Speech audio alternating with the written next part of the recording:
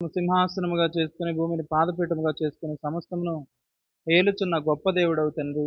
స్తోత్రాలు. దయాళుడవు, నిరంతరము స్తోత్రార్హుడవు తండ్రి. మీకు వందనాలు చెల్లిస్తున్నాం. లోకంలో నశించిపోవాల్సిన స్థితిలో ఉన్న మమ్మలను తండ్రి, మీ కృప ద్వారా మీ రాజ్యమునకు మీ మహిమకు మమ్మల్ని పిలుస్తూ వచ్చారు. మమ్మల్ని ఆకర్షింపజేసుకుంటూ వచ్చారు. చాలిన దేవునిగా ఉండి తండ్రి, మీ మహిమ కొరకు తండ్రి మమ్మల్ని నడిపిస్తున్నారు. మీరు అనుగ్రహించిన ప్రతి విధమైన సహాయమును బట్టి కూడా వందనాలు చెల్లిస్తున్నాం. ఈ 2024 సంవత్సరంలో బెరాకాలో మీరు మాకు అనుగ్రహించిన ఈ VBSను బట్టి, ఈ ప్రశస్త సమయాన్ని బట్టి కూడా తండ్రి మీకు వందనాలు చెల్లించి మిమ్మల్ని ఘనపరుస్తున్నాం. తండ్రి, మీ ఆత్మ సంచారము, మీ సాన్నిధ్యము మా మధ్య నుంచి మాకు కావాల్సిన జ్ఞాన వివేకములు దయచేసి మమ్మల్ని బలపరుస్తూ మీరు నడిపిస్తున్న విధానానికై మహిమ పొందుకుంటున్న మీ కృపకై మీకు వందనాలు చెల్లిస్తున్నాం తండ్రి. దేవా, ఈ సెషన్లో కూడా తండ్రి దేవా మీరు మాట్లాడుతూ రండి. నిలబడబోయే సహోదరిని దర్శించండి. తనను మీ సిలువ చాటున మరుగుపరచండి. తన నోటికి తోడై ఉండండి. చిన్న బిడ్డలకు కావాల్సిన ఆత్మీయమైన మాటలు వారి గ్రహింపులో ఉండటానికి సహాయం దయచేయండి. చూడగలిగిన కన్నులను, గ్రహించగలిగిన మనస్సును, వినగలిగిన చెవిని తండ్రి మీరే బిడ్డలకు దయచేయమని ప్రార్థిస్తున్నాను. శిష్యునికి తగిన చెవిని మీరు అనుగ్రహించమని మిమ్మల్ని వేడుకుంటున్నాను. తెరవబడిన ఆకాశమును మా మధ్యన ఉంచమని మహిమ పొందుకోమని మీ చేతులకు అప్పగించుకుని ప్రతి విధమైన శత్రుకార్యం, అపవాది కార్యము లయపరచమని ప్రాధేయపడుతూ నిద్రమత్తు, అల్లరి, దేవా నిర్లక్ష్య స్థితి వాటిని కొట్టివేయమని మీరే మహిమ పొందుకోమని యేసు వారి పరిశుద్ధ నామమున ప్రార్థించి వేడుకొనుచున్నాం తండ్రి. ఆమేన్.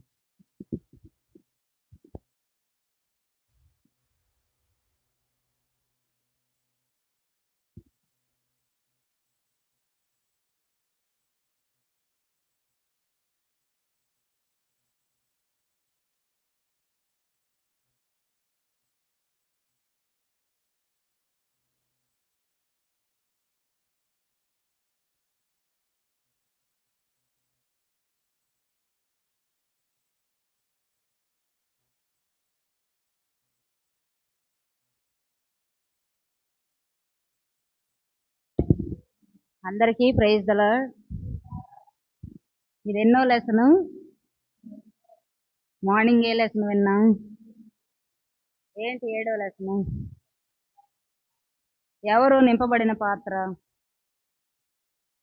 సొలొమోన్. మీరు మీ ఆన్సర్స్ గట్టిగా చెప్పండి. ఎవరు నింపబడిన పాత్ర? సొలొమోను దేవుని దగ్గర ఏం అడుగుతూ వచ్చాడు? జ్ఞానము, ఇంకా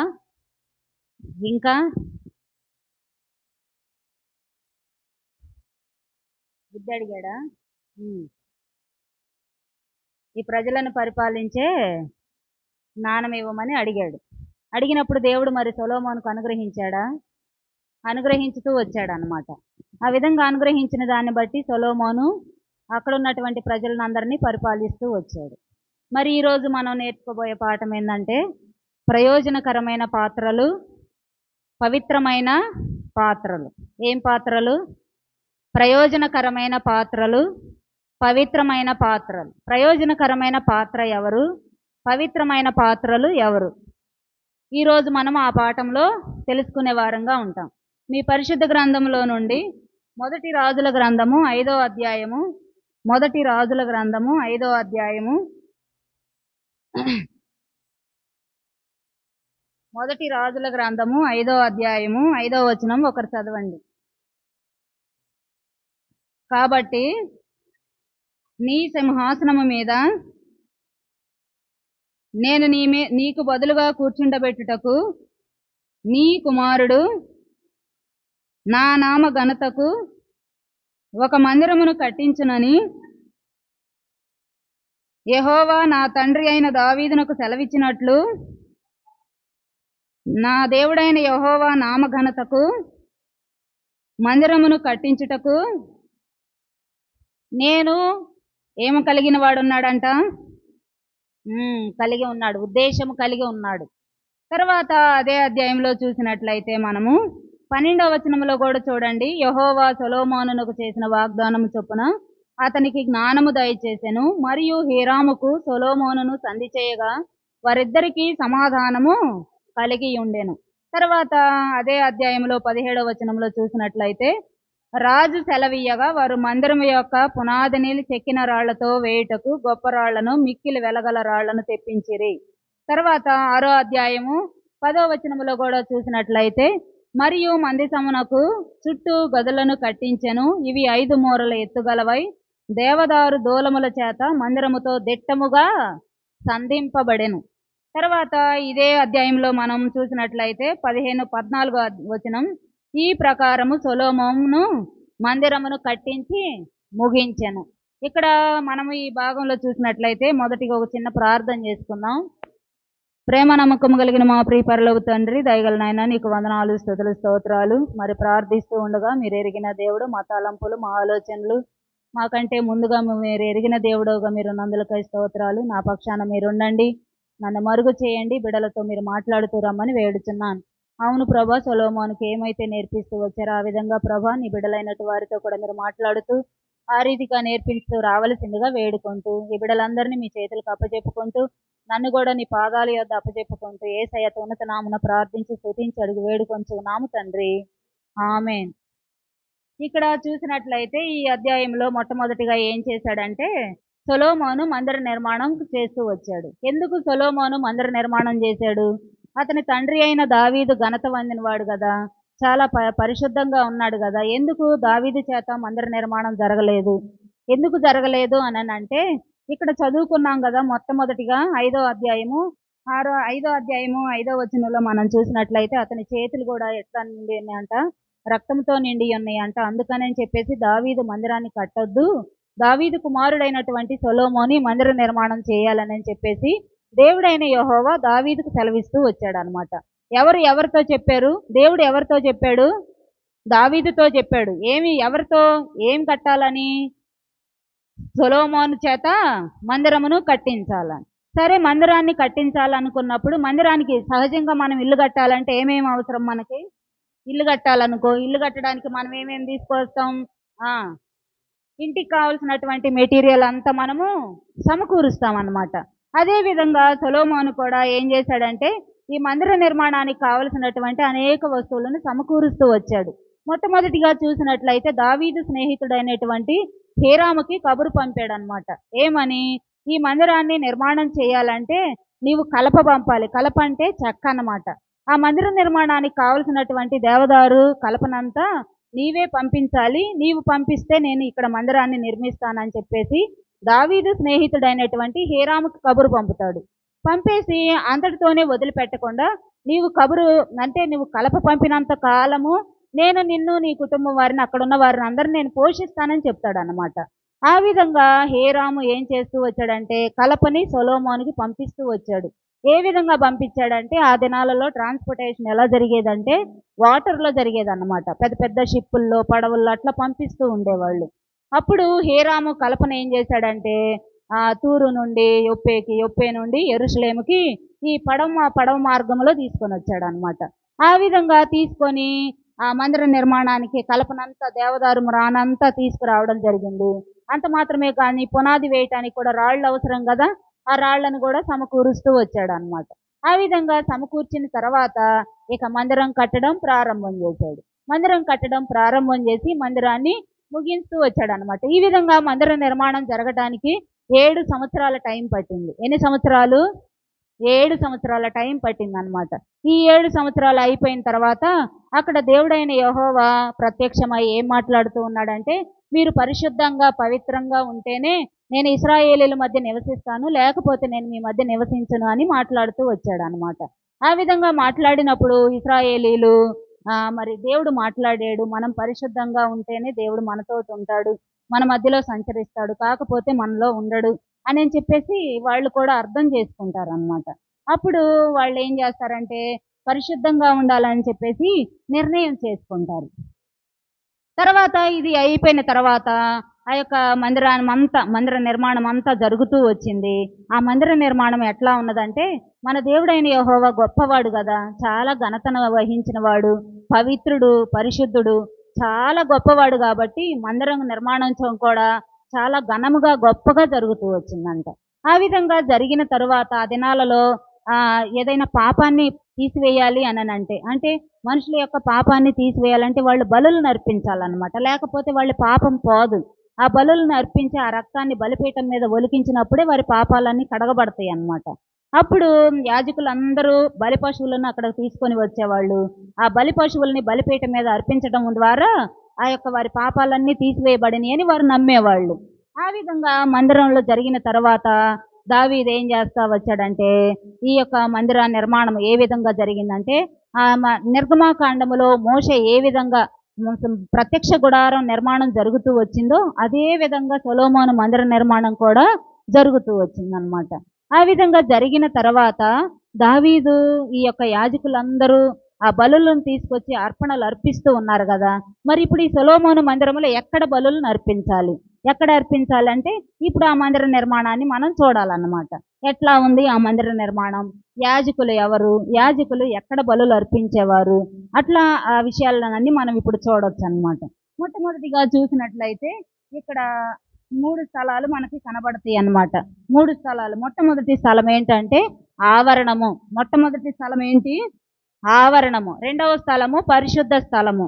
రెండవది పరిశుద్ధ స్థలం. మూడవది అతి పరిశుద్ధ స్థలము. ఇక్కడ మందిర నిర్మాణం జరిగిన తర్వాత 3 భాగాలుగా విభజించబడుతూ వచ్చిందనమాట. మొట్టమొదటి స్థలము ఆవరణము, రెండవది పరిశుద్ధ స్థలము, మూడవది అతి పరిశుద్ధ స్థలము. ఇప్పుడు ఫస్ట్ స్థలంలో ఎక్కడ యాజకుడు ఫస్ట్ ఎక్కడికి వెళ్తాడు బలులు అర్పించడానికి అని అంటే ఆవరణములోనికి వస్తాడు అన్నమాట. ఆవరణములోనికి అన్నమాట. ఆ బలిపీఠాన్ని అక్కడ ఆవరణములో ఉంచుతారు. మొట్టమొదటిగా యాజకుడు బలి పశువును తీసుకొని వచ్చి ఆ బలి పశువుని బలిపీఠం మీద అర్పిస్తాడు అన్నమాట. అంటే తన రక్తాన్ని అంతటిని, ఆ బలి పశువు యొక్క రక్తాన్ని ఆ బలిపీఠం మీద చిందిస్తాడు. ఆ బలిపీఠం మీద బలి అర్పిస్తాడు. ఆ మొట్టమొదటిగా బలి అర్పించి ఆ బలి అర్పించడం ద్వారా అక్కడ ఉన్న యాజకులు ఏమనుకుంటారంటే వారి పాపాలు పోయినాయి అని చెప్పేసి అనుకుంటారు అనమాట. ఆ విధంగా యాజకులు అందరూ ఒక్కసారి, ఒకరు కాదు అందరూ ఒక్కసారే తీసుకొచ్చేవారు. ఈ అర్పణ ఎన్ని రోజులకు ఒకసారి జరిగేది అని అంటే సంవత్సరానికి ఒకసారే చేస్తూ ఉండేవారు అనమాట. ఈ విధంగా యాజకుడు బలిని బలిపీఠం మీద అర్పిస్తూ ఉండేవాడు. మరి ఈ బలిని ఎవరికి సాదృశ్యంగా ఉంది, ఈ బలిపీఠం మీద బలి పశువు ఎవరికి సాదృశ్యంగా ఉందో మనం ఇప్పుడు ఈ యొక్క పరిశుద్ధ గ్రంథంలో ఉన్న లేఖన భాగాన్ని బట్టి చూద్దాం. హెబ్రీ పత్రిక 9వ అధ్యాయము 19వ వచనం నుండి మనం చూసినట్లయితే ఈ బలి పశువు ఎవరు, ఈ బలి పశువు ఎవరు, బలిగా ఎందుకు అర్పించవలసింది అనే విషయాన్ని మనం చూడొచ్చు అన్నమాట. హెబ్రీ పత్రిక 9వ అధ్యాయము 19 నుండి 22వ వచనం వరకు. ధర్మశాస్త్ర ప్రకారము మోషే ఈ ఆజ్ఞను ప్రజలకు చెప్పిన తరువాత నీళ్లతోనూ రక్తవర్ణం ఈ సోపుతోనూ గొర్రెల యొక్కయు మేకల యొక్కయు రక్తము తీసుకొని చెప్పుచు రక్తము మీదను ప్రజలందరి మీదను ప్రోక్షించాను. ఇది ఎవరికి సూచనగా ఉంది అని అంటే మన ప్రభు అయిన యేసుక్రీస్తుకు సూచనగా ఉందన్నమాట. ఆయనే మన పాపాల కొరకు మొట్టమొదటిగా ఏం చేశాడు, బలిగా అర్పింపబడుతూ వచ్చాడు అన్నమాట. మన పాపాలన్నిటినీ తీసివేయడం కొరకు ఆయన ఏం చేశాడంటే ఆ సిలువలో బలి అయ్యాడు. చేతులలో చీలలు, కాళ్లలో మేకులు, తలను ముండ్ల కిరీటం, నిజంగా ఆయన రక్తం అంతా చివరి నీటి బొట్టు కూడా మిగుల్చుకోకుండా మొత్తం కార్చివేశాడు అన్నమాట.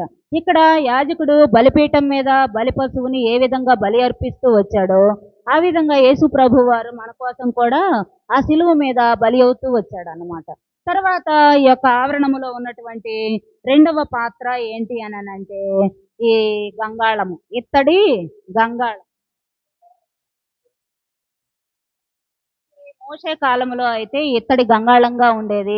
అది సేవకురాండ్ర యొక్క అద్దాలు ఉండేయంట గంగాళం లోపల. నీళ్ల కోసం ఇట్లా వంగినప్పుడు వాళ్ళ ముఖాలు అద్దాలలో కనబడేయంట. ఆ విధంగా పాత నిబంధన కాలంలో మోషే కాలంలో ఇత్తడి గంగాళం ఉండేది. కానీ ఇప్పుడు సొలొమోను కాలంలో ఏముందని అంటే ఇత్తడి సముద్రం ఒకటి తయారు చేశాడంట. ఇత్తడి సముద్రం ఒకటి తయారు చేసి 12 ఎద్దుల మీద కదలకుండా దానిని స్థిరంగా ఇట్లా నిలిపాడంట. ఎట్లా 12 ఎద్దులు కదా, 3 తూర్పు వైపు, 3 పడమర వైపు, 3 ఉత్తరం 3 దక్షిణం ఇట్లా 4 వైపులు ఉంచేసి దాని మీద ఆ ఎత్తడి సముద్రాన్ని పెట్టాడు. అట్లా 4 వైపులా ఆ ఎద్దుల మీద దీనిని పెట్టడం వల్ల ఆ ఎత్తడి పాత్ర కదలకుండా స్థిరంగా అట్లే ఉండిద్ది అనమాట. యాజకుడు బలి అర్పించిన తర్వాత ఆ యొక్క ఎత్తడి సముద్రం దగ్గరికి వెళ్ళి ఆ నీళ్లతోటి తన కాళ్ళు చేతులు శుభ్రం చేసుకోవాలన్నమాట. ఇక్కడ బలి అర్పిస్తాడు. ఈ బలి దగ్గర నుంచి ఇక్కడికి వస్తాడు. ఇక్కడికి వచ్చిన తర్వాత తన కాళ్ళు చేతులు శుభ్రంగా కడుక్కుంటాడు. ఈ నీళ్లు దేనికి సాదృశ్యంగా ఉన్నాయి? ఈ నీళ్లు మరి యాజకుల యొక్క రక్తపు మరకలను కడగటానికి ఉపయోగపడింది. కానీ ఈ నీళ్లు మనకి దేనికి సాదృశ్యంగా ఉందో మనం చూద్దాం. దేనికి సాదృశ్యంగా ఉంది ఈ నీళ్లు అని చూసినట్లయితే యోహాను సువార్త 15వ అధ్యాయం 3వ వచనములో అక్కడ దేనికి సాదృశ్యంగా ఉంది చూడండి. యోహాను సువార్త 15వ అధ్యాయము 3వ వచనం. నేను మీతో చెప్పిన మాటను బట్టి మీరు ఇప్పుడు పవిత్రులై ఉన్నారు.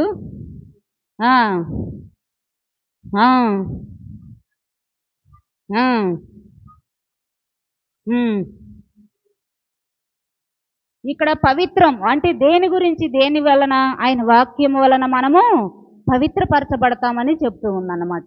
ఆయన వాక్యమే మనల్ని పవిత్రపరిచింది. ఇక్కడ నీళ్లు ఉన్నాయి కదా, ఈ ఇత్తడి గంగాళంలో ఉన్నటువంటి నీళ్లు, ఇత్తడి సముద్రపు తొట్టిలో ఉన్న నీళ్లు అవి చాలా అంటే యాజకులు బలి అర్పించినటువంటి ఆ రక్తపు మరకలన్నీ కడుక్కొని శుభ్రం చేసుకుంటూ వచ్చారు.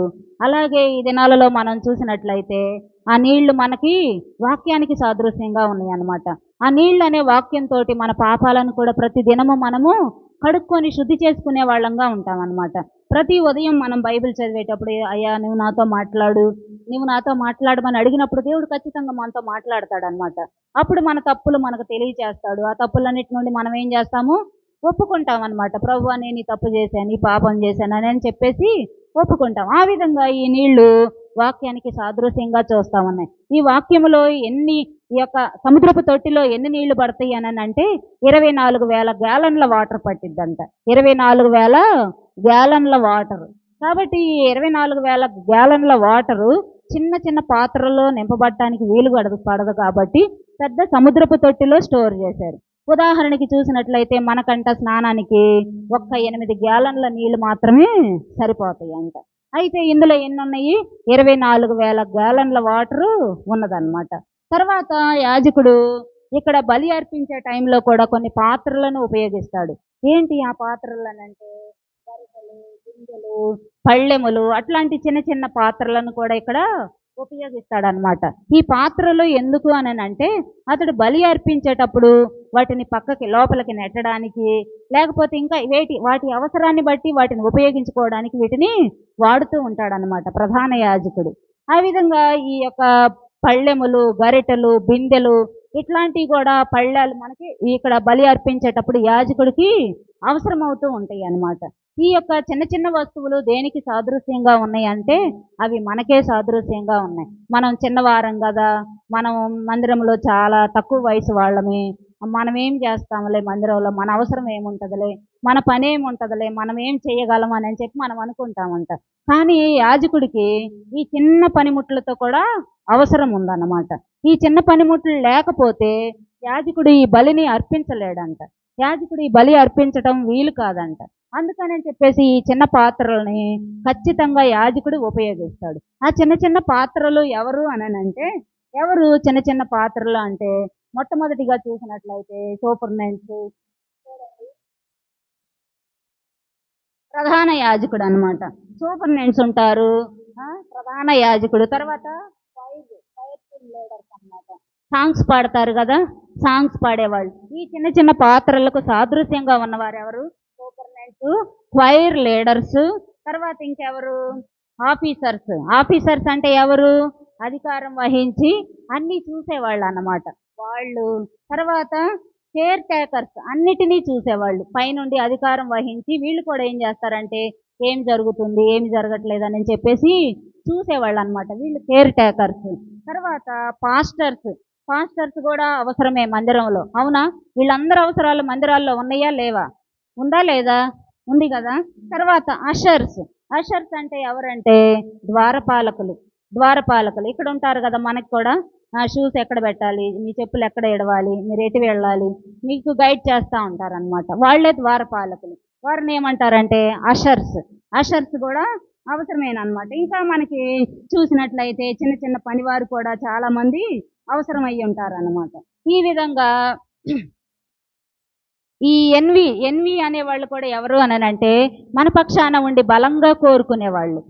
మన పక్షాన మన పాపాల కొరకు, లేకపోతే మనం ఏదైనా తప్పు చేసినప్పుడు, మనం లేకపోతే మందిరానికి రానప్పుడు మన విషయమై దేవుడి దగ్గర బలంగా కోరుకునేవాళ్ళు అన్నమాట. చూడండి ఎవరెవరు ఉన్నారు ఈ చిన్న చిన్న పాత్రలకి సాదృశ్యంగా ఎవరెవరు ఉన్నారంటే, ఇక్కడ చూసినట్లయితే సూపర్నెంట్స్, తర్వాత క్వైర్ లీడర్స్, ఎవరు క్వైర్ లీడర్స్, తర్వాత ఆఫీసర్స్, తర్వాత కేర్ టేకర్స్, తర్వాత పాస్టర్స్, తర్వాత అషర్స్, తర్వాత ఎన్వి. వీళ్ళందరూ కూడా ఈ చిన్న చిన్న పాత్రలకు సాదృశ్యంగా ఉన్నారన్నమాట. కాబట్టి ఈ ఆవరణములో యాజకుడు బలి అర్పించేటప్పుడు వీరందరూ కూడా అవసరమే. మందిరములో ఏదైనా ఒక పని జరగాలంటే ఆ పనికి చిన్నవారు లేరు, పెద్దవారు లేరు, జ్ఞానవంతులు లేరు, జ్ఞానహీనులు లేరు, అందరూ కూడా దేవుని ఇంటిలో పనికొచ్చే వాళ్ళేనమాట. ఎవరు కూడా మేము పనికి రాము, మా వయసు చాలదు, మా నాలెడ్జ్ చాలదు, మేము అంత ఆత్మీయులం కాదు అనుకుంటారేమో, కానీ దేవుడైతే ప్రతి ఒక్కరిని కూడా వాడుకోవాలని చూస్తూ ఉంటాడు అనమాట. చూడండి ఎఫెసీ పత్రిక 4వ అధ్యాయం 11, 12 వచనాల్లో చూసినట్లయితే అక్కడ మన యొక్క పనిని కూడా దేవుడు మనకి తెలియజేస్తా ఉన్నాడు. ఎఫెసీ పత్రిక 4వ అధ్యాయం, మనమందరము విశ్వాస విషయంలోను దేవుని కుమారుని గూర్చిన జ్ఞానం విషయంలోను ఏకత్వము పొంది సంపూర్ణ పురుషులకు వరకు, అనగా క్రీస్తునకు కలిగిన సంపూర్ణతకు సమానమైన సంపూర్ణత కలమారమగుటకు ఆయన ఇలాగూ నియమించెను. ఇక్కడ చూసినట్లయితే దేవుని గూర్చిన జ్ఞానం విషయమై అందరూ సమానమే, అందరూ అవసరమే. ఈ యొక్క ఇంటిలో పని చేయటానికి ప్రతి ఒక్కరు కూడా అవసరమే. ఇక్కడ యాజకుడు బలి అర్పించేటప్పుడు ఈ యొక్క గిన్నెలు, గరిటెలు, పళ్ళాలు, బిందెలు ఏ విధంగా అవసరం అవుతూ వచ్చినాయో ఆ విధంగానే మనము మందిరాలలో వీళ్ళందరూ కూడా క్వైట్ లీడర్స్ కానీ, సూపర్నెంట్స్ కానీ, కేర్ టేకర్స్ కానీ, ఆఫీసర్స్ కానీ, ఆషర్స్ కానీ, ఎన్వీస్ కానీ ప్రతి ఒక్కరు కూడా అవసరం అవుతారన్నమాట. ఇదంతా ఎక్కడ జరుగుతూ ఉన్నది? ఏ స్థలం ఇదంతా? ఇదంతా ఎక్కడ? ఆవరణము. ఇదంతా ఎక్కడ జరుగుతుంది? యాజకుడు మొట్టమొదట ప్రవేశించే స్థలం ఏది? ఆవరణం. యాజకుడు మొట్టమొదటిగా ప్రవేశించేది ఆవరణంలోకి. ఈ ఆవరణాన్ని దాటుకొని నెక్స్ట్ ఎక్కడికి వెళ్తాడు? పరిశుద్ధ స్థలంలోకి వెళతాడు అనమాట. ఈ పరిశుద్ధ స్థలంలో ఎవరున్నారు, ఈ పరిశుద్ధ స్థలంలో ఏం జరిగిద్ది అనేది మనం ఈరోజు చూసినట్లయితే మొట్టమొదటిగా అక్కడ ఏమి ఉంటుంది అని అంటే దీపవృక్షం ఉంటుంది అనమాట. ఈ యొక్క పరిశుద్ధ స్థలంలోనికి ప్రవేశించగానే మొట్టమొదటిగా ఆ దీపవృక్షంలో నూనె పోస్తారు. నూనె పోసినప్పుడు అది ఆ దీపవృక్షము శాఖోపశాఖలుగా ఉంది కదా, వాటిల్లోనికి ఆయిల్ అంతా వెళ్ళేసి ఆ దీపవృక్షం నిత్యము మండుతూ ఉంటుంది అన్నమాట.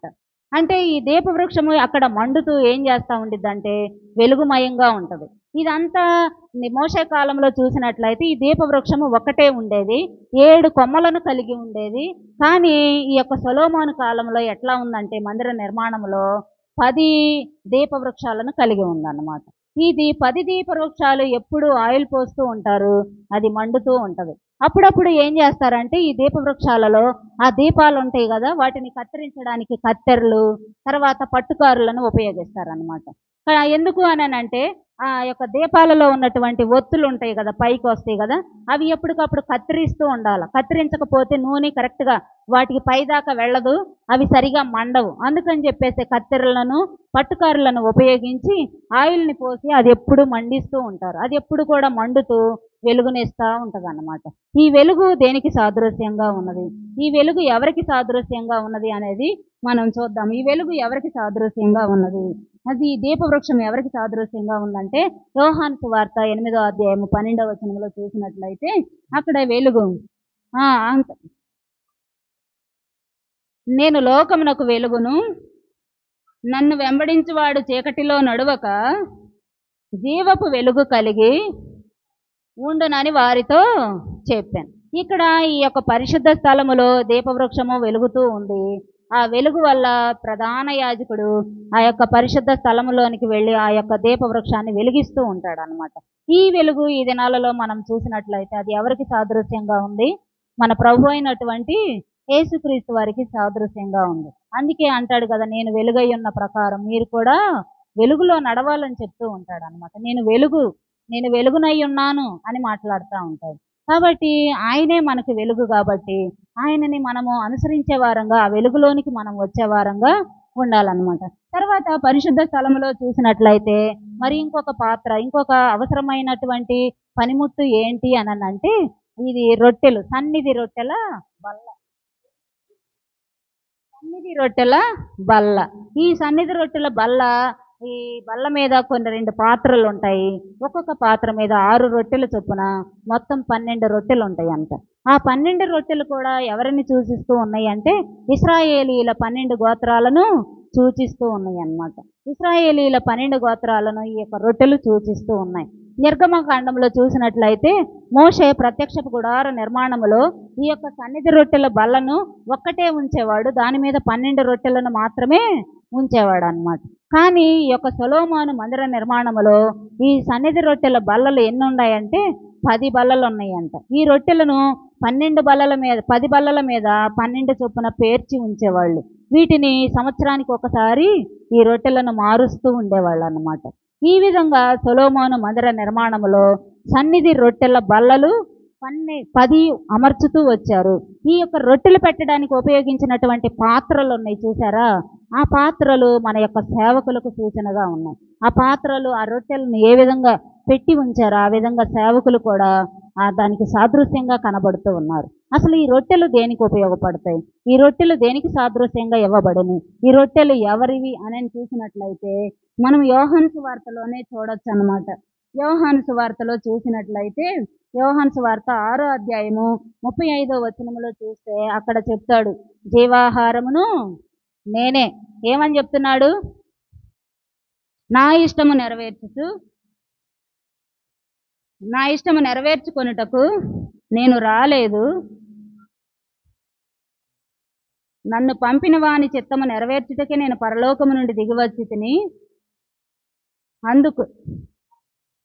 అందుకు యేసు వారితో ఇట్లా, నేను జీవాహారము నేనే, నా యొద్దకు వచ్చువాడు ఏ మాత్రమును ఆకలి కొనడు. ఎవరంట జీవాహారము? ఎవరు? జీవాహారమును నేనే, నా యొద్దకు వచ్చువాడు ఎప్పుడునూ ఆకలి కొనడు. ఈ విధంగా ఈ సన్నిధి రొట్టెల బల్లలు ఇక్కడ ఉంచబడుతూ వచ్చాయి. ఆ తర్వాత ఇక్కడ మరి ఒక పాత్ర ఏమిటంటే ఈ ధూపవేదిక. ఏ స్థలంలో ఉంచబడ్డాయి? పరిశుద్ధ స్థలం. ఆవరణములో ఉన్నాయి.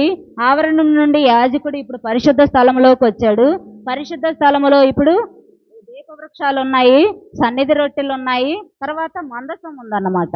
ఈ మందసం దగ్గర ఏం జరిగిద్ది అని అంటే, అక్కడ దేవుడు నిత్యము యాజకుడు వచ్చిన తర్వాత అక్కడ ధూపం వేస్తూ ఉంటాడు అన్నమాట. సుగంధ ద్రవ్యాలను వేసి అక్కడ ధూపం వేస్తూ ఉంటాడు. ఆ ధూపము ఆ సన్నిధి రొట్టెలకు తగిలేటట్లుగా పెడతాడు అన్నమాట.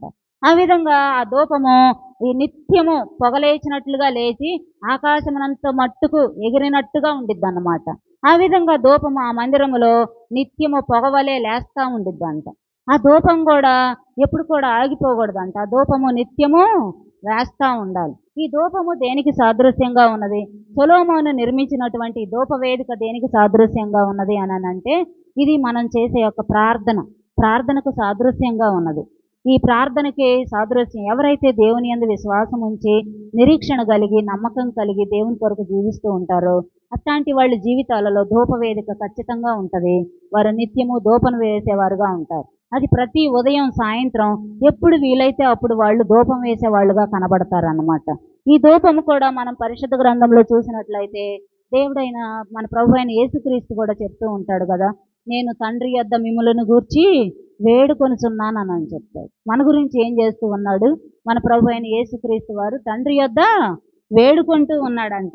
ఆ వాక్య భాగాన్ని కూడా మనం చూసినట్లయితే అక్కడే హెబ్రీ పత్రిక 7వ అధ్యాయం 25వ వచనంలో చూసినట్లయితే అక్కడ మన ప్రభు అయిన యేసుక్రీస్తు వారు ధూపమును గురించి తెలియజేస్తూ ఉన్నాడు.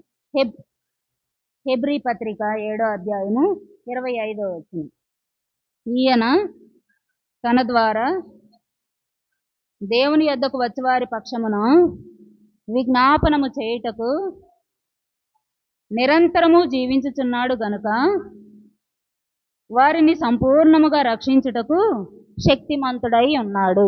ఏం చేస్తున్నాడు? తన యొద్దకు వచ్చే వారి విషయమై నిత్యము విజ్ఞాపన చేస్తా ఉన్నాడంట.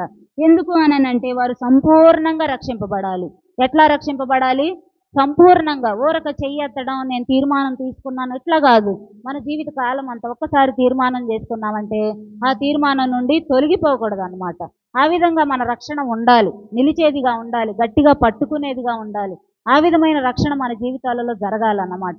ఎవరో మనల్ని ప్రెషర్ చేయటం, మన రక్షణ తీసుకోవటం, లేకపోతే దేవుణ్ణి అంగీకరించడం, లేకపోతే క్యాజువల్గా ఇక్కడ కార్డ్స్ ఇస్తున్నారు కాబట్టి ఆ కార్డ్స్ తీసుకోవడం, అది అసలు కరెక్ట్ అయిన పద్ధతి కాదన్నమాట. ఎందుకు చెప్తున్నాడు? ఇక్కడ వాక్య రూపంలో చెబుతున్నాడు కదా దేవుడు. అయ్యన తన ద్వారా దేవుని యొద్దకు వచ్చి వారి పక్షమున విజ్ఞాపన చేయుటకు, ఎవరైతే దేవుని యొద్దకు వస్తారో వారి పక్షాన దేవుడు విజ్ఞాపన చేస్తాడంట. విజ్ఞాపన చేయించు నిరంతరము జీవించుచున్నాడు గనుక, ఆయన నిరంతరం జీవించే దేవుడు కనుక ఏం చేస్తున్నాడు? సంపూర్ణంగా రక్షించడానికి శక్తిమంతుడు. సంపూర్ణంగా మనల్ని రక్షిస్తాడంట. సంపూర్ణంగా రక్షించే దేవుడు మనకున్నాడు. అందుకే ఈ ధూపము ఆ దేవుని యొక్క విజ్ఞాపనను సూచిస్తూ ఉంది, మరియు మన యొక్క ప్రార్థనను సూచిస్తూ ఉందన్నమాట. తర్వాత ప్రధాన యాజకుడు ఈ యొక్క ఆవరణము నుండి ఈ యొక్క పరిశుద్ధ స్థలములోని పనులన్నీ జరిగిన తర్వాత నెక్స్ట్ అతి పరిశుద్ధ స్థలములోనికి వెళతాడనమాట. ఎక్కడికి వెళతాడు? అతి పరిశుద్ధ స్థలములోనికి వెళతాడు. ఈ అతి పరిశుద్ధ స్థలములో ఏముండిద్దంటే నిబంధన మందసం. ఏముంటది? అని కూడా అంటారు అన్నమాట. అది 2 కెరూబులతోటి ఉంటదన్నమాట. ఇవన్నీ కూడా బంగారంతో చేయబడిన పాత్రలు. ఇది ఇవన్నీ కూడా బంగారంతో చేయబడుతూ వచ్చినాయి అన్నమాట. ఆ విధంగా అతి పరిశుద్ధ స్థలములో ఉన్నటువంటి మందసాన్ని గురించి దేవుడు నిర్గమకాండములో మోషేతో కూడా చెప్తా వచ్చాడు అనమాట. నా యొక్క నిబంధన మందసం యొద్ద నేను మిమ్మలను కలుసుకుంటానని చెప్తూ ఉన్నాడు. కరుణాపీఠము యొద్ద నేను మిమ్మలను కలుసుకుంటానంటాడు. అంటే దేవుడు కలుసుకునే స్థలము కరుణాపీఠము, నిబంధన మందసం అన్నమాట. ఇది సొలొమోను కాలములో ఏర్పాటు చేయబడుతూ వచ్చింది. ఇది అతి పరిశుద్ధ స్థలములో ఉన్నది. యాజకుడు ఇప్పుడు ఇక్కడ బలి అర్పించాడు. ఆ ఎత్తడి సముద్రములోని నీళ్ల చేత కడుక్కున్నాడు. ఆ తర్వాత పరిశుద్ధ స్థలములోనికి వెళ్ళాడు. అక్కడ ధూపం వేశాడు, సన్నిధి రొట్టెలు ఉంచాడు, ధూప వేదిక మీద ధూపం వేస్తూ ఉన్నాడు. ఇంకా అక్కడ నుండి ఎక్కడికి వెళుతున్నాడు? అతి పరిశుద్ధ స్థలములోనికి వెళుతున్నాడు. అతి పరిశుద్ధ స్థలం ఏ విధంగా ఉండిద్దంటే గాఢాంధకారంగా ఉండిద్దంట. అక్కడ చీకటి, అసలు వెలుగే ఉండదంట. అప్పుడు ప్రధాన యాజకుడు ఏం చేస్తాడంటే దోపార్తి అనే ఒక పాత్ర ఉండిద్దంట. బహుశా ఇట్లా ఉండొచ్చేమో. దోపార్తి అనే ఒక పాత్ర ఉంటుంది. ఆ పాత్ర ఎలా ఉండిద్దంటే హోల్స్ కలిగి ఉంటుందంట. రంధ్రాలు ఉంటాయి. అందులో నిప్పులు పోసుకొని ఆ ప్రధాన యాజకుడు దానికి ఒక గొలుసులతో ఇట్లా కట్టబడి ఉండిద్ది. దాన్ని చేతికి తగిలించుకొని ప్రధాన యాజకుడు అతి పరిశుద్ధ స్థలంలోనికి వెళతాడనమాట. వెళ్ళిన తర్వాత అక్కడ బాగా గాఢాంధకారమైన చీకటి కాబట్టి ఆ ధూపార్తుడిలో ఉన్నటువంటి నిప్పులు వెలుతురు అక్కడ యాజకుడికి ఉపయోగపడతాయి అన్నమాట. ఆ విధంగా యాజకుడు ఆ పరిశుద్ధ స్థలములో ఆ నిబంధన మందసం దగ్గరికి వెళ్ళిన తర్వాత ఆయన ఏం చేస్తాడంటే ధూపం వేసి వస్తాడు. ధూపం దేనికి సాదృశ్యంగా ఉందని చెప్పాను? ధూపం దేనికి సాదృశ్యం? ప్రార్థనకి సాదృశ్యంగా ఉంది కదా. అప్పుడు యాజకుడు అక్కడికి వెళ్ళిన తర్వాత ఏం చేస్తాడంటే ధూపం వేస్తాడు. ధూపం అంటే బయట ఉన్న ప్రజలు ఎవరైతే వారి పాపాలను ఒప్పుకోవడానికి వచ్చారో వారి పక్షంగా అక్కడ ధూపం వేసి వస్తాడు అన్నమాట. ఆ విధంగా ఒకసారి వెళ్ళినప్పుడు ధూపం వేసి వస్తాడు, ఒకసారి వెళ్ళినప్పుడు రక్తాన్ని తీసుకెళ్ళి ప్రోక్షించి వస్తాడు అన్నమాట. ఈ విధంగా అక్కడ ఈ యొక్క రక్తాన్ని, ధూపాన్ని యాజకుడు తీసుకెళ్ళి చేసి వచ్చేవాడుగా ఉంటాడు. ఇప్పుడు మరలా ఇంకొక విషయం ఏంటి అనంటే ఈ యొక్క పరిశుద్ధ స్థలంలో నుండి అతి పరిశుద్ధ స్థలాన్ని వేరు చేస్తూ ఒక తెర వంటి నిర్మాణం ఉండిద్దంట. తెర అంటే ఏంటి? అడ్డంగా ఇట్లా కట్టినటువంటి కర్టెన్ లాగా ఒక తెర ఉండిద్దంట. ఆ తెరను దాటుకొని ఈ ప్రధాన యాజకుడు ఎక్కడ నుండి పరిశుద్ధ స్థలం నుండి అతి పరిశుద్ధ స్థలంలోనికి వెళ్ళాలన్నమాట. ఈ తెర ఎవరికి సాదృశ్యంగా ఉంది అనంటే మన ప్రభు అయినటువంటి యేసుక్రీస్తు వారి శరీరానికి సాదృశ్యంగా ఉంటూ వచ్చిందనమాట. హెబ్రీ పత్రిక 10వ అధ్యాయము 19, 10, 20 వచనాలలో చూసినట్లయితే అక్కడ యేసు ప్రభు యొక్క శరీరమే ఆ యొక్క తెరకు సాదృశ్యంగా ఉందని చెప్తూ వచ్చాడు అనమాట. హెబ్రీ పత్రిక 10వ అధ్యాయము 19వ వచనం. సహోదరులారా, మార్గమున అనగా నూతనమైనదియు జీవము గలదియు ఆయన శరీరము అను తెర ద్వారా ఏర్పరచబడినదైన మార్గమున వెళ్ళుట వలన ఆయన రక్తము వలన పరిశుద్ధ స్థలమునందు ప్రవేశించుటకు మనకు ధైర్యము కలిగి ఉన్నది. నిజముగా చూస్తే ఇక్కడికి వెళ్ళేది ఎవరనంటే ప్రధాన యాజకుడు మాత్రమే వెళతాడు. ఎవరు వెళ్తారు? పాత నిబంధన కాలంలో చూసినట్లయితే ఈ యొక్క బలిని అర్పించడానికి, ధూపం వేయటానికి, రక్తాన్ని ప్రోక్షించడానికి ఎవరు వెళ్తారంటే ప్రధాన యాజకుడు మాత్రమే ఉంటాడు. బలులు తీసుకొచ్చిన వాళ్ళందరూ ఇక్కడ బయట నిలబడి ఉంటారు. ప్రధాన యాజకుడు మాత్రమే బలి పశువును తీసుకెళ్ళి బలిపీఠం మీద అర్పించి గంగాళములో కడుక్కొని తర్వాత ధూపం వేసి తర్వాత వెలుగు అక్కడ దీపవృక్షాన్ని వెలిగించి సన్నిధి రొట్టెల దగ్గర ధూపాన్ని వేసి ఆ తర్వాత యేసు ప్రభు అని తెర ఆ శరీరాన్ని దాటుకొని అతి పరిశుద్ధ స్థలంలోనికి వెళతాడు అన్నమాట. కానీ ఈ దినాలలో మనం చూసినట్లయితే యేసు ప్రభు శరీరము అనే తెర ద్వారా మనమందరం కూడా ఒక్కసారి ఆయన సన్నిధిలోకి చేరే అవకాశం దేవుడు మనకి అనుగ్రహించాడు. ఎందుకు అనుగ్రహించాడు అని అంటే ఆయన మనమందరం కూడా ఒక్కసారి ఆయనను సేవించాలనే ఉద్దేశంతో ఆయన శరీరాన్ని మన కొరకు అర్పిస్తూ వచ్చాడు అన్నమాట. కాబట్టి ఆ శరీరం అనే తెర ద్వారా మనము అతి పరిశుద్ధ స్థలములోనికి అందరం వెళ్ళగలుగుతున్నాం. పాత నిబంధన కాలంలో నిర్గమకాండ 38వ అధ్యాయం 37వ అధ్యాయం కాడ నుంచి మొదలైతే అక్కడ మొత్తం అయ్యే ఉంటాయి అన్నమాట. ఆ యాజకుడు మాత్రమే వెళ్ళేవాళ్ళు, మిగిలిన ప్రజలు ఎవరు వెళ్ళటానికి అవకాశం ఉండేది కాదు. కానీ ఈ దినాలలో యేసు ప్రభు ఆయన శరీరం అనే తెర ద్వారా మనమందరం కూడా అతి పరిశుద్ధ స్థలంలోనికి వెళ్ళే అవకాశాన్ని దేవుడు మనకి అనుగ్రహిస్తూ వచ్చాడు అన్నమాట. కాబట్టి ఈ యొక్క నిర్మాణం, ఈ యొక్క మందిరంలో ఉన్నటువంటి పాత్రలు, ఉపకరణాలు వీటన్నిటిని గురించి చూసినట్లయితే చిన్న పెద్ద అనేది ఇక్కడ ఏమి తారతమ్యం లేదు. అవును కదా, చిన్నోళ్ళు పెద్దోళ్ళు ఈ పని చేయాలి, ఈ పని చేయకూడదు, మేము పనికి రాము, ఇట్లాంటిది ఏం లేదన్నమాట. అందరూ దేవుని పనికి ఉపయోగపడతారు. కాబట్టి ఎవరు కూడా మేము ఈ పని చేయకూడదు, మేము దీనికి సామర్థ్యం కాదు, మా జ్ఞానం సరిపోదు, మేము దీనికి సరిపోము అని చెప్పి అనుకోవటానికి లేదనమాట. చూసినట్లయితే ఇక్కడ సూపరింటెండెంట్స్ ఉన్నారు, ఫైర్ లీడర్స్ ఉన్నారు, అషర్స్ ఉన్నారు, ఎన్వీస్ ఉన్నారు, తర్వాత పాస్టర్స్ ఉన్నారు, తర్వాత ఆఫీసర్స్ ఉన్నారు, తర్వాత ఇంకా చాలా మంది ఇక్కడ ఉపయోగపడే వాళ్ళు ఉన్నారనమాట.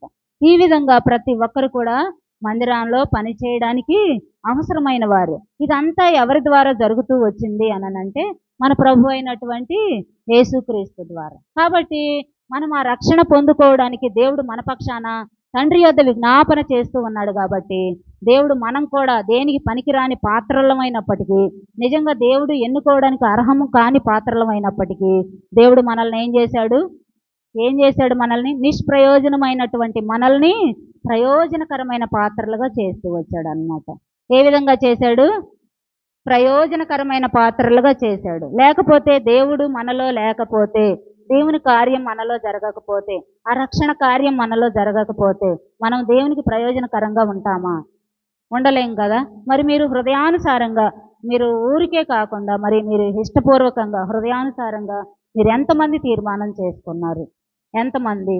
మీలో చాలామంది బాయ్స్ని చూసినట్లయితే ఇది ఒక ఫన్నీగా తీసుకుంటున్నారు అనమాట. ఇది చాలా ఫన్నీగా ఉంది నీకు కదా, ఎంతో కష్టము ప్రయాస, నీకు అసలు ఏమీ అర్థం కావట్లేదు. ఏదో చిన్న విషయం అనుకోవటం, నవ్వుకోవటం, చిన్న విషయం, అసలు చాలా సింపుల్ విషయాలు అనమాట అవి. అట్లాంటి మనలో ఉండకూడదు. ఇది దేవుని మందిరం, ఇది దేవుని ఇల్లు. పురాతన కాలంలో, పాత నిబంధన కాలంలో చూసినట్లయితే యాజకుడు ఒక్కడే మన పాపాల కోసం పోయేవాడు. కానీ ఇప్పుడు మనం అందరం డైరెక్ట్గా ఆయన దగ్గరికి వస్తున్నామంటే ఆయన శరీరం మన కొరకు అర్పింపబడింది. ఆయన శరీరం అనే తెర ద్వారా మనం ఆయన ఇంటిలోనికి ప్రవేశిస్తూ ఉన్నాం. ఆయన రక్తాన్ని ఒక్క బొట్టు కూడా మిగిల్చుకోనకుండా బలి పశువుగా మన కొరకు బలి అవుతూ వచ్చాడు. కాబట్టి వీటన్నిటిని మనం జ్ఞాపకం చేసుకోవాలి. ఎందుకు వచ్చాం మనం, ఇక్కడికి రావడం వల్ల మనకు ఉపయోగం ఏంటి, మనం ఏం చేస్తున్నాం, మనం ఏం చెయ్యాలి, ఫ్యూచర్ ఎలా ఉండాలి అనేది ఒక ప్లాన్ ఉండాలన్నమాట. మనం చిన్నపిల్లలం కాదు కదా. మనం అందరికీ ఇప్పుడు చూసినట్లయితే ఇక్కడ సీనియర్స్లో ఆల్మోస్ట్ అందరూ 16, 17, 18 ఇయర్స్ ఉన్న పిల్లలు కదా. మీకు అందరికీ మంచి ఏదో చెడేదో బాగా తెలుసు. మీరు ఏదో ఒకటి డిసైడ్ చేసుకునే నాలెడ్జ్ కూడా మీకు ఉంది. కానీ మీరు ఎందుకో చాలా ఫన్నీగా తీసుకుంటున్నారు. అది చాలా బాధాకరం అన్నమాట.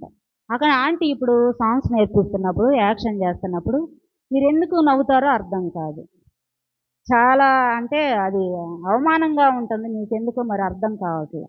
కాబట్టి నేర్చుకోండి. పిల్లలు మీరు ఎందుకు ఇంత ప్రయాసపడుతున్నారు? ఈ ప్రయాస అంతా కేవలం నాకనిపించింది మీకోసమేనని. కేజీ పిల్లలు రక్షణ పొందుతారు. దానివల్ల ఏమన్నా ఉపయోగం ఉందా? వాళ్ళకి తెలియదు పాపం. ప్రతిదానికి హ్యాండ్స్ రైజ్ చేస్తారు. వాళ్ళకేం తెలియదు. కాబట్టి మనం ఇప్పుడు ఈ లెసన్లో విన్నాం కదా, ఈ యొక్క ఆవరణములో చిన్న చిన్న పాత్రలు, గరిటెలు, పళ్ళాలు, పిందెలు, అట్లా గిన్నెలు చిన్న చిన్నవి ఉన్నాయి కదా. ఇక్కడ ఈ ధూప వేదికలో ఉన్నటువంటి ధూపాన్ని బూడిదని ఎత్తిపోయటానికి కత్తెర చిప్పలు కూడా ఉన్నాయి, కత్తెరలు ఉన్నాయి, పట్టుకారులు ఉన్నాయి. ఇక్కడ ఉపయోగించేటువంటి బలిపీఠాలు ఉన్నాయి, ఇత్తడి గంగాళాలు ఉన్నాయి, ధూప వేదికలు ఉన్నాయి, తర్వాత బాల సన్నిధి రొట్టెలు ఉన్నాయి, దీప వృక్షాలు ఉన్నాయి, తర్వాత కరుణాపీఠ, నిబంధన మందసం ఉంది. ఇవన్నీ చిన్న చిన్న పాత్రలు అయినప్పటికీ అన్ని అవసరం ప్రధాన యాజకుడికి ఉందా లేదా? ఉందా లేదా? మీరందరూ మీ నోరులు తెరిచి చెప్పండి. ఉంది కదా. మరి యాజకుడు వాటిలో ఏ వస్తువు లేకపోయినా కానీ బలి అర్పించడానికి వీలు పడదంట. ప్రతి చిన్న వస్తువు కూడా ప్రధాన యాజకుడికి అవసరం అంట. కాబట్టి ఇది మనం ఈ దినాలలో అన్వయించుకుంటే మరి పాస్టర్స్ అయినటువంటి వారికి, లేకపోతే సంఘ నాయకులు అయినటువంటి వారికి మరి మన హెల్ప్ ఉందా, అవసరం లేదా? ఉంది కదా. మరి ఈ VBSలో కూడా మనం తీర్మానం చేసుకునే దాన్ని కూడా మనం అసలు ఎందుకు లెక్క చేయట్లేదు, ఎందుకు వచ్చామో మనకు అర్థం కావట్లేదు. ఆ విషయాన్ని కూడా మనము జ్ఞాపకం చేసుకునే వారంగా ఉండాలన్నమాట. తర్వాత చూసినట్లయితే పవిత్రమైన పాత్రలు ఎవరు? పవిత్రము, పరిశుద్ధత, వీటన్నిటి గురించి చూసినట్లయితే వాటన్నిటికీ సరిపోయిన వాడు, అర్హుడు మన ప్రభు అయిన యేసుక్రీస్తు ఒక్కడే. ఆయనే పరిశుద్ధుడు. నేను పరిశుద్ధుడను గనక మీరును పరిశుద్ధులయ్యుండుడి అని చెప్తూ ఉన్నాడు. నేను పవిత్రుడను. అపోస్తులుడైన పౌలు కూడా చెప్తూ వచ్చాడు కదా, నేను క్రీస్తును పోలి నడుచుకున్న ప్రకారము మీరు నన్ను పోలి నడుచుకున్నాడు. అంటే పౌలు ఏ విధంగా నడుచుకున్నాడు? ప్రభు అయిన యేసుక్రీస్తుకి తగిన విధంగా నడుచుకున్నాడు. యేసుక్రీస్తుతో సమకాలీకుడుగా శ్రమలు అనుభవిస్తూ వచ్చాడు అనమాట. ఆ విధంగా మనము యేసు ప్రభు పరిశుద్ధుడు గనక మనం కూడా పరిశుద్ధంగా ఉండడానికి నేర్చుకోవాలి. ఈ విధంగా పవిత్రంగా రక్షింపబడి దేవుని కొరకు ఏర్పాటు చేయబడిన మనలో, పవిత్రులమైన మనలో ఏమేమి ఉండాలి, పవిత్రత వహించిన మనలో ఏమేమి ఉండాలి, ఇవన్నీ చూసినట్లయితే మొట్టమొదటిగా లేవికాండం 11వ అధ్యాయం 45వ వచనంలో చూడండి. లేవియాకాండము 11వ అధ్యాయము 45వ వచనం. నేను మీకు దేవుడనై ఉండుటకు ఐగుప్తు దేశంలో నుండి మిమ్మల్ని రప్పించిన యెహోవాను, నేను పరిశుద్ధుడను గనుక మీరును పరిశుద్ధులు కావాలను. ఏం కావాలంట? పరిశుద్ధులు. మొట్టమొదటిగా పరిశుద్ధుడు ఎవరు? మనమా? నేను పరిశుద్ధురాలని, మీరు పరిశుద్ధులా? కాదన్నమాట. మన ప్రభు అయిన యేసుక్రీస్తే పరిశుద్ధుడు. ఆయన పరిశుద్ధుడు కాబట్టి మనం కూడా పరిశుద్ధులు కావాలని కోరుతూ ఉన్నాడు అన్నమాట. మనం పవిత్రంగా ఉండాలి అనుకున్నప్పుడు మొట్టమొదటిగా మనకు ఉండాల్సింది ఏంటిది? పరిశుద్ధత. తర్వాత రెండవదిగా చూసినట్లయితే రోమాపత్రిక 12వ అధ్యాయము 1వ వచనం. రోమాపత్రిక 12వ అధ్యాయము 1వ వచనం. కాబట్టి సహోదరులారా, పరిశుద్ధమును దేవునికి అనుకూలమునైన సజీవ యాగముగా మీ శరీరములను ఆయనకు సమర్పించుకొనుడని దేవుని వాత్సల్యమును బట్టి మిమ్మల్ని బతిమాలుకొనుచున్నాము. ఇట్టి సేవ మీకు యుక్తమై ఉన్నది. ఏం చేయాలంటే దేవునికి అనుకూలమైన సజీవ యాగముగా ఈ శరీరాలను ఆయనకి సమర్పించుకోవాలి. సమర్పించుకోవడం అంటే మన ప్రభు అయిన యేసుక్రీస్తు వారు సిలువలో శ్రమ పొందుతూ వచ్చాడు కదా, అవన్నీ మనల్ని చేయమని అన్నట్ల, అవన్నీ చేయమంటలా. చేలలు కొట్టించుకోండి, మేకులు కొట్టించుకోండి, కిరీటం పెట్టించుకోండి, ఆ సిలువను మోయండి, ఆ విధంగా చెప్పట్లా. మీరు రక్షింపబడండి, మీ హృదయాలను దేవునికి ఇవ్వండి, మీరు రక్షణ పొందండి అనని దేవుడు మాట్లాడుతూ ఉన్నాడు అనమాట. తర్వాత పవిత్రులమైనటువంటి మనలో ఉండాల్సిన ఇంకొకటి ఏంటంటే మొదటి పేతురు పత్రిక 1వ అధ్యాయము 18, 19 వచనాలు చూసినట్లయితే మొదటి పేతురు పత్రిక 1వ అధ్యాయము 18, 19 వచనాలు.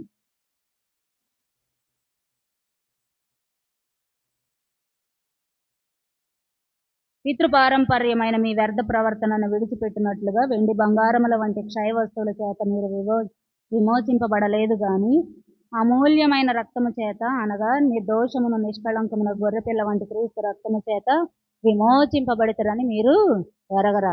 ఎటువంటి రక్తము చేత? నిర్దోషము నిష్కళంకమునగు గొర్రెపిల్ల వంటి రక్తము చేత మనము విమోచింపబడ్డాం. కాబట్టి అటువంటి రక్తం చేత విమోచింపబడాలని దేవుడు కోరుకుంటూ ఉన్నాడు. మనం రక్షింపబడాలి, మనం విమోచింపబడాలి, మనం దేవుని కొరకు ఏర్పాటు చేయబడాలి, దేవుని పనిలో మనము వాడబడాలి అని. ఇంకా పవిత్రులమైనటువంటి మనలో ఉండవలసినటువంటి మరి ఒక లక్షణం ఏమిటి అని అంటే రోమపత్రిక 10వ అధ్యాయము 9, 13 వచనాల దాకా చూసినట్లయితే రోమపత్రిక 10వ అధ్యాయము ఏలయనగా నీతి కలుగునట్లు మనుషుడు హృదయములో విశ్వసించును, రక్షణ కలుగునట్లు నోటితో ఒప్పుకోను. ఏం చేయాలి? హృదయమందు విశ్వసించాలి, నోటితో ఒప్పుకోవాలి. ఏమని విశ్వసించాలి, ఏమని ఒప్పుకోవాలి? ప్రభు అయిన యేసుక్రీస్తు వారు నా కొరకు చనిపోయారు అని, తర్వాత నేను కూడా ఆయన రక్షణను అంగీకరిస్తాను అని మన హృదయాలు, మన నోటితో మనము ఒప్పుకోవాలి. మన హృదయం నందు విశ్వసించాలి మొట్టమొదటిగా. తర్వాత ఆయనని మన నోటితో ఒప్పుకునే వారంగా ఉండాలన్నమాట. తర్వాత ఇంకొకటి కూడా చూసినట్లయితే 1 యోహాను పత్రిక 5వ అధ్యాయము 2వ వచనంలో చూసినట్లయితే అక్కడ పవిత్రులకు ఉండవలసినటువంటి మరి ఒక లక్షణం, మనల్ని దేవుని ప్రేమించచ్చు,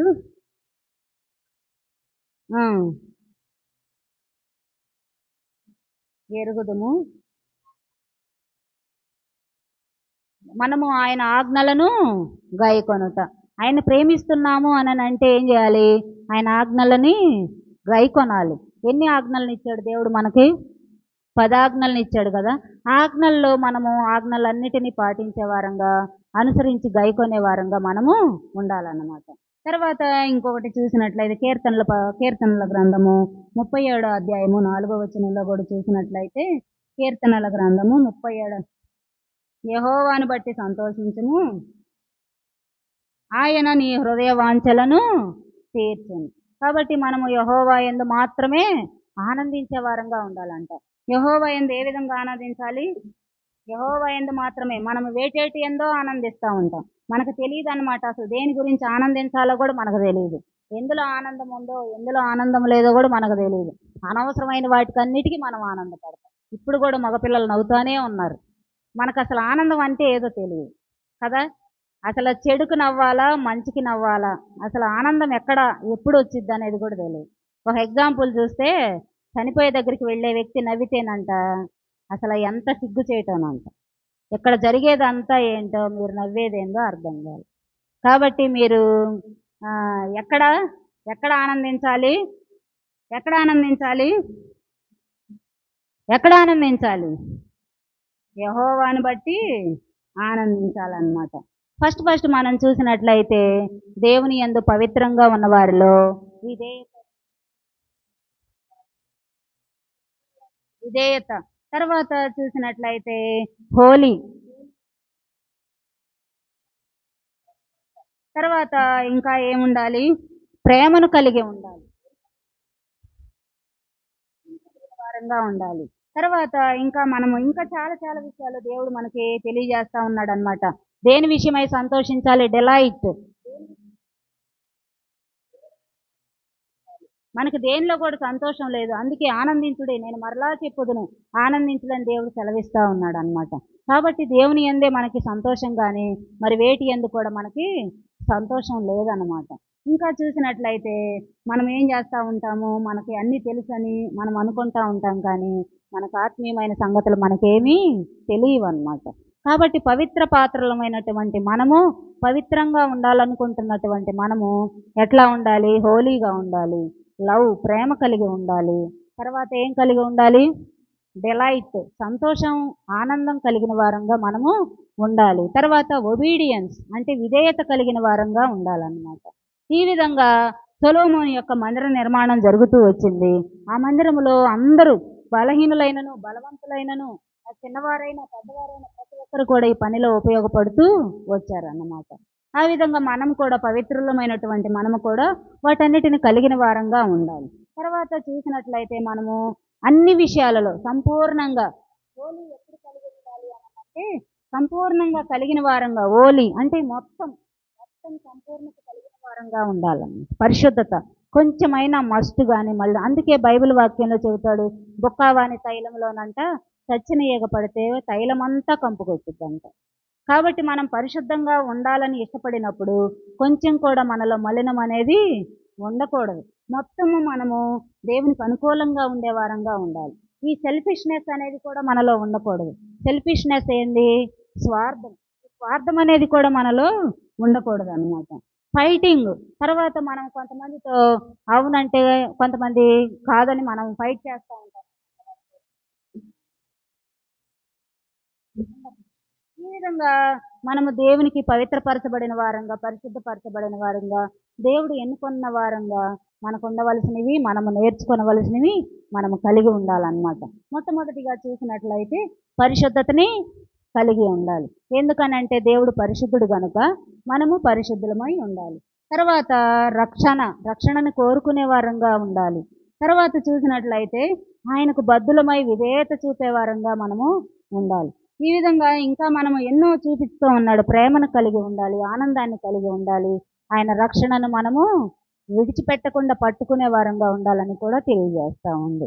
అంత మాత్రమే కాదు కానీ కొంతమంది పిల్లలంట ఖాళీ టైం వచ్చినప్పుడు ఏం చేస్తారంటే, ఖాళీ టైం వచ్చినప్పుడు వాళ్ళు విచిత్రమైన పనులు చేస్తూ ఉంటారంట. కొంతమంది అయితే గేమ్స్ ఆడుకోవడం, కొంతమంది ఊర్లకు వెళ్ళడం, కొంతమంది ఫిష్ పట్టడానికి వెళ్ళడం, కొంతమంది వారి సొంత పనులు చూసుకుంటూ ఉంటారనమాట. ఇక్కడ చూసినట్లయితే పిల్లలు కొంతమంది ఖాళీ టైం వచ్చిందని చెప్పేసి ఏం చేస్తూ ఉన్నారు? ఖాళీ టైంలో ఫన్ డేస్లో వాళ్ళు చేపలు పట్టడానికి దేవుని గుర్తెరిగిన పిల్లలంగా మనం ఏం చేయాలంటే, మనము సండే వచ్చిందని అంటే ఉండాలన్నమాట. ఉండాలి. కాబట్టి ఆ విధంగా సొలొమోనుని దేవుడు, దావీదు ఎంతో గొప్పవాడైనప్పటికీ దావీదుని ఏర్పాటు చేసుకోనకుండా సొలొమోనునే ఎందుకు ఏర్పాటు చేసుకున్నాడు? సొలొమోనునే ఎందుకు ఎన్నుకున్నాడు? ఈ గొప్ప మందిర నిర్మాణము ఎందుకు సొలొమోను చేతే జరుగుతూ వచ్చింది? ఎందుకు ఇదంతా నిర్మాణం చేస్తూ వచ్చాడు అని అంటే, సొలొమోనుని దేవుడు కోరుకున్నాడు అన్నమాట. దేవుడు సొలొమోను ద్వారానే మందిర నిర్మాణం జరగాలని కోరుకున్నాడు. ఆ విధంగా మందిర నిర్మాణం జరిగిస్తూ వచ్చాడు. అందులో అందరినీ యాజకుడు ఏ విధంగా ఉపయోగించుకుంటూ వచ్చాడో ఆ విధంగా దేవుడు మనల్ని కూడా వాడుకుంటూ వచ్చాడు అన్నమాట. అంత మాత్రమే కాదు కానీ ఏర్పాటు చేసుకున్నటువంటి మనము కూడా పరిశుద్ధంగా, పవిత్రంగా, విధేయతగా, దేవుణ్ణి ఆనంద పెట్టే వారంగా మనం కూడా ఉండాలి. ఖాళీ టైంలో అటు ఇటు అల్లరికి కర్తకాడు మన దేవుడు, అల్లరికి కర్తకాడు అన్నమాట. కాబట్టి అట్లాంటి వాటి వైపు వెళ్లకుండా ఆదివారం వచ్చిందంటే మందిరానికి వెళ్ళడం, దేవుని సన్నిధిలో కూర్చోవడం, దేవుని మాటలు వినడం, దేవునికి లోబడటం, ఇట్లాంటివి మనం నేర్చుకునే వారంగా ఉండాలన్నమాట.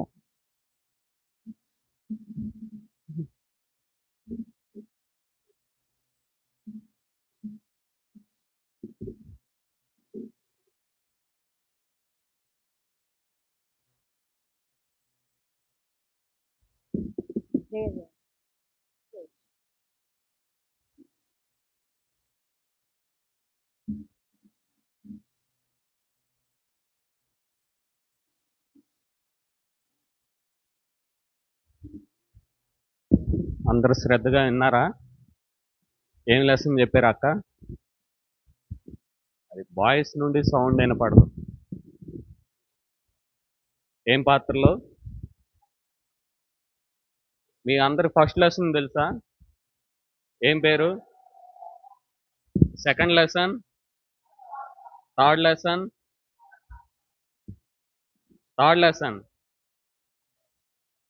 అది ఫోర్త్ లెసన్. సౌండ్ రావట్లేదు. ఫిఫ్త్ లెసన్ అది. మరి మీరు ఈ VBSలో మీరు సీనియర్స్, నేను ఇంతకుముందే చెప్పాను, సీనియర్స్ అందరికి ఎలా ఉండాలి? రోల్ మోడల్గా ఉండాలి. మీరు మంచిగా రోల్ మోడల్గా దేనికి కనపడుతున్నారంటే, చక్కగా లెసన్లు వినకుండా, లెసన్ చెప్పేటప్పుడు ముచ్చట్లు చెప్పుకోను, నవ్వుకోను, అక్కోళ్ళు అక్కడ పైన యాక్షన్ సాంగ్స్ నేర్పిస్తుంటే మెరలకుండా కూర్చోవటం, ఏదైనా యాక్షన్ చేయమంటే చేయకుండా ఉండటం, కంటత వాక్యాలు అడిగితే ఎవరు చెప్పకుండా ఉండటం, ఇది సీనియర్స్.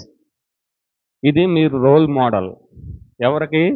జూనియర్స్కి, కేజీకి. నిజంగా ఎంత అవమానంగా ఉందో చెప్పండి. ఇది ఎన్నో లెసన్ అయిపోయింది? 8 లెసన్ నేమ్స్ తెలియదు.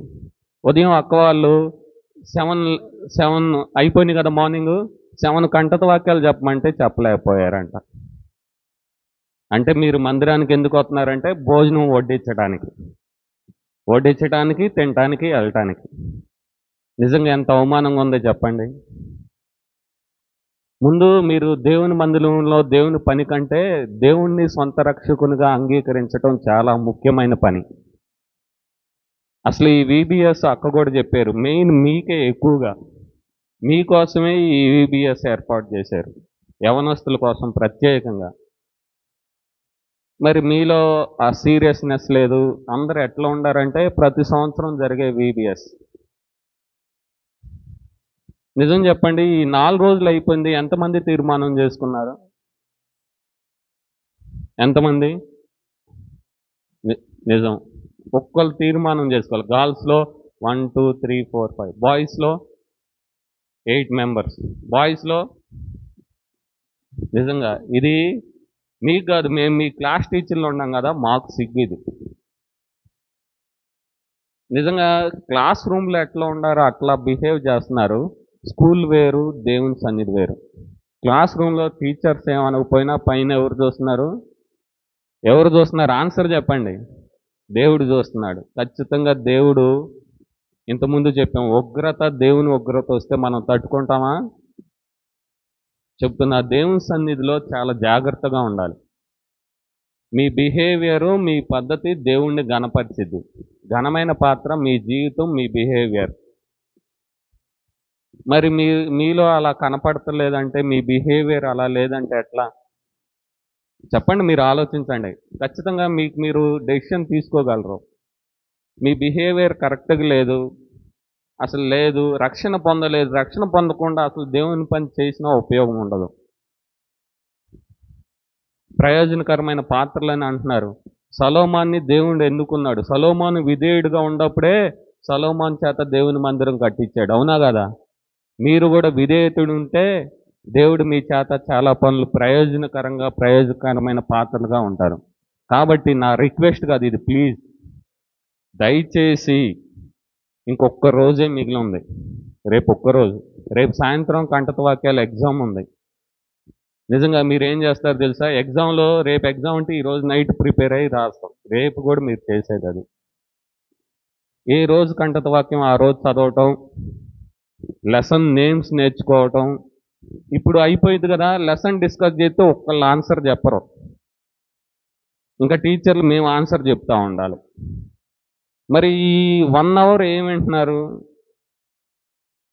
నిజంగా ఇది షేమ్లెస్గా లేదా మీకు? బాయ్స్ పర్టికులర్గా. ఇంకా అలాంటప్పుడు ఎందుకు? స్కూల్లో కూడా ఇలానే బిహేవ్ చేస్తారా? నవ్వుకోవటం, జోక్స్ వేసుకోవటం, లెసన్ చెప్తుంటే. చెబుతున్నా, ఇది దేవుని నామానికి అవమానం. స్కూల్లో ఎట్లయినా బిహేవ్ చేయండి, దేవుని సన్నిధిలో పద్ధతిగా ఉండాలి. ఇది దేవుడు చూస్తున్నాడు, మేము చూస్తున్నామని కాదు. కాబట్టి బిహేవియర్ ఇంపార్టెంట్. ఇక్కడ కాదు, పైన కూడా అసలు రెస్పాన్స్ ఉండదు ఏం అడిగినా. మీరు ఎట్లా ఫీల్ అవుతున్నారంటే చాలా మేము హైగా ఫీల్ అవుతున్నారు. హైగా ఫీల్ అయిన వాళ్ళు ఎట్లా ఉండాలంటే అన్నిటికీ రోల్ మోడల్గా ఉండాలి. యాక్షన్ సాంగ్స్ చేయమంటే చేయాలి. స్కూల్లో డ్యాన్స్లు ఏమంటే వేయరా? చక్కగా వేస్తారు. స్కిట్లు ఏమంటే వేస్తారు. ఇక్కడికి వచ్చి దేవుని సన్నిధిలో చేయమంటే చేయరు. కాబట్టి ఇంకొక రోజు మిగిలి ఉంది. ఇప్పుడన్నా మంచి తీర్మానం తీసుకోండి. ప్రార్థన చేద్దామా? మోకరించండి అందరూ.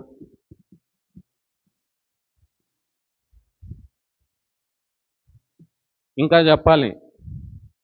చెబుతున్నా, మీ బిహేవియరే దేవుని గణపరుస్తుందో లేదో తెలియాలి. ఆ షర్ట్లు గుండీలు, ఒక గుండీ తీయటం, నిజంగా అది నవ్వుకోవటం కాదు. ప్రార్థన చేద్దాం. అందరు కళ్ళు మూసుకోవాలి, మోకాళ్ళ మీదకు రావాలి. ప్రేమగల మా ప్రియ పరలోక తండ్రి, మీ ఘనమైన నామమునకు ప్రభా వందనాలు స్తోత్రాలు చెల్లించుకుంటున్నాం. ఇంతవరకు ప్రభా సిస్టర్ను మీరు నిలబెట్టి మాట్లాడిన మాటలను బట్టి ప్రభా నీకు వందనాలు స్తోత్రాలు. మీరు సొలొమోనుని ఎన్నుకొని మీకు మందిరం కట్టడానికి మీరు ఇచ్చిన కృపను బట్టి వందనాలు. మందిరాల్లో ఏ ఏ పాత్రలు ఏ విధంగా ఉంటాయో, ఏ విధంగా ఉపయోగపడతాయో, ప్రయోజనకరమైన పాత్రలు ఏ విధంగా ఉంటాయో మా యొక్క బిడ్డలకు ప్రభా మీరు తెలియజేసినందుకు వందనాలు. దేవా, ఆ యొక్క ప్రయోజనకరమైన పాత్రలుగా మా యొక్క యవన బిడ్డలు ఉంటాను మీరు సహాయం దయచేయండి అయ్యా. అంతేకాకుండా పవిత్రమైన పాత్రలుగా ఎక్కడ వారి యొక్క హృదయాల్లో అపవిత్రత లేకుండా ఉంటాను మీరు కృప చూపించండి.